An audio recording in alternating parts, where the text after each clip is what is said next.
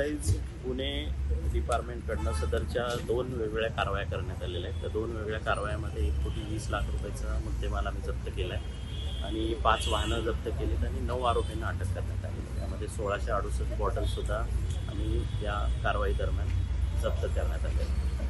कोणत्या भागात नेमका हे कारवाई झालेली आहे, कुठल्या मुद्द्यावर सापडलेलं आहे आणि कशा प्रकारे हे घेऊन चाललेले आहे? पहिल्या एका केसमध्ये गोवा राज्यातून आयशर टेम्पोमध्ये कोळसा ची बिल्टी सापडली. त्या बिल्टीच्या अंडर त्यामध्ये काही बॉक्सेस 110 आसपास बॉक्सेस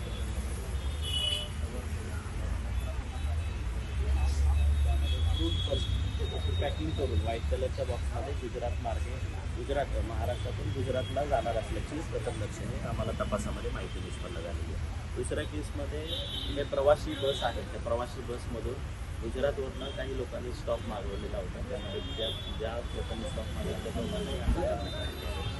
तर लोकल यूथसाठी त्या लोकांनी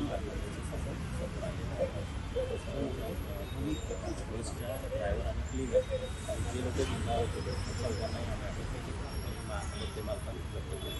कशा पद्धतीने सर हे सप्लाय करत होते? आपण पाहिलं तर बॉक्समध्ये कोळसा वगैरे दिला होता आणि त्याच्याखाली बॉटल्स ठेवले.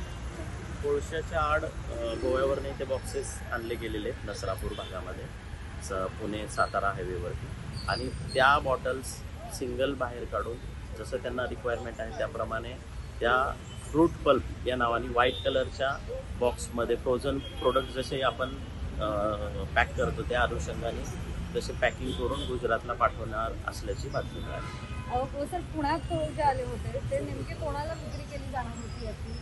ते दोन्ही आरोपींना आम्ही अटक केलेली आहे.